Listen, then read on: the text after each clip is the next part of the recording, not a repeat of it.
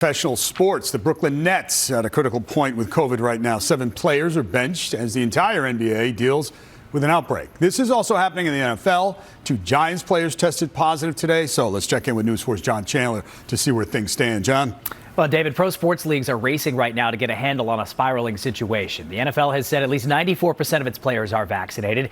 In the NBA and the NHL, that number far higher. They are still seeing breakthrough cases, and a large number of them, worth noting, are asymptomatic. But it is clear that outbreaks are starting to disrupt their seasons. The Nets shorthanded.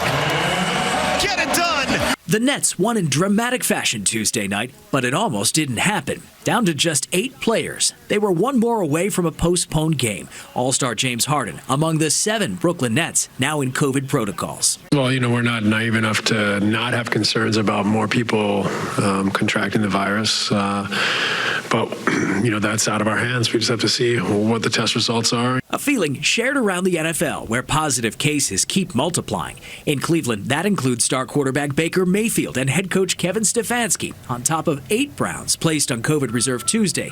And the Giants now have 3 COVID positive players, too. We've had a couple things pop up internally ourselves today.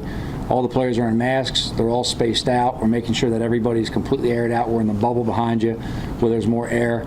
In addition to those precautions, head coach Joe Judge says the Giants will consider moving meetings inside, at least partially, a step the Jets have already taken. It's not an ideal situation, but it adds to the amount of caution that we all need to take with hygiene, washing our hands, being masked up and all that stuff. So I think you're seeing a lot of the teams starting to go virtual here. In the NHL, 17 players were placed in protocols on Tuesday, including the Islanders' Matt Barzal, as the league weighs what to do next, including postponing games. Islanders head coach Barry Trotz offers this message. It's part of life right now. That's probably the best way. It's part of our day in, day out life right now. And so whatever happens, we'll deal with it and move on.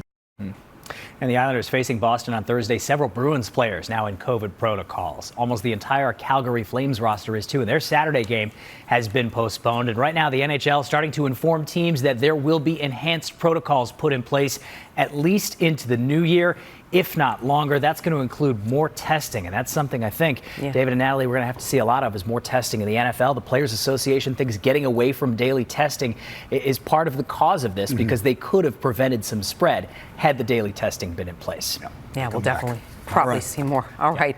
Thanks very much, John. We do want to talk about Dr. Fauci.